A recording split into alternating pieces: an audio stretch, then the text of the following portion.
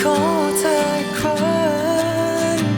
ถึงแม้จะเป็นเพียงแค่การกอดเธอไว้ก่อนลาให้นานกว่าที่ผ่านมาให้เหมือนว่าเธอยังอยู่ตรงนี้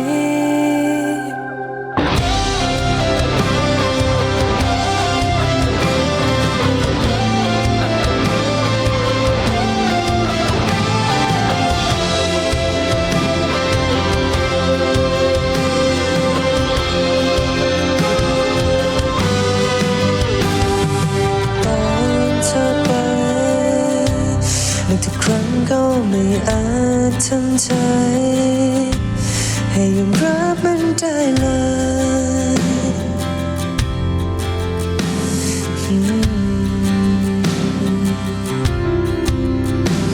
เพราะนั้นข้างหลัง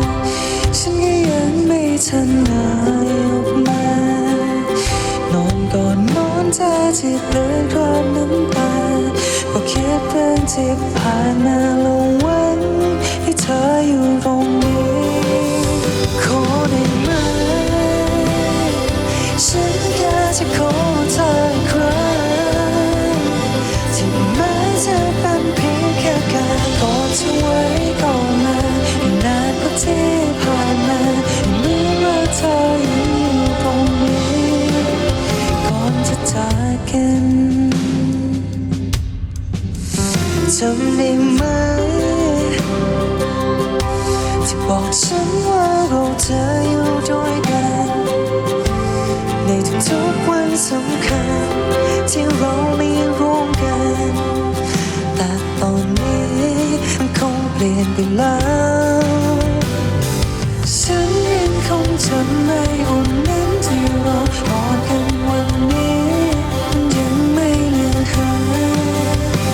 เธอรู้เธอไม่กลับมาแต่ฉันยังคงหลับตาเฝ้าขอให้เธออีกครั้งขอได้ไหมฉันแค่จะขอเธออีกครั้งถึงแม้จะเป็นเพียงแค่การกอดเธอไว้ก่อนลานานกว่าที่ผ่านมาให้เหมือนว่าเธอยังอยู่ตรงนี้แค่สักครั้ง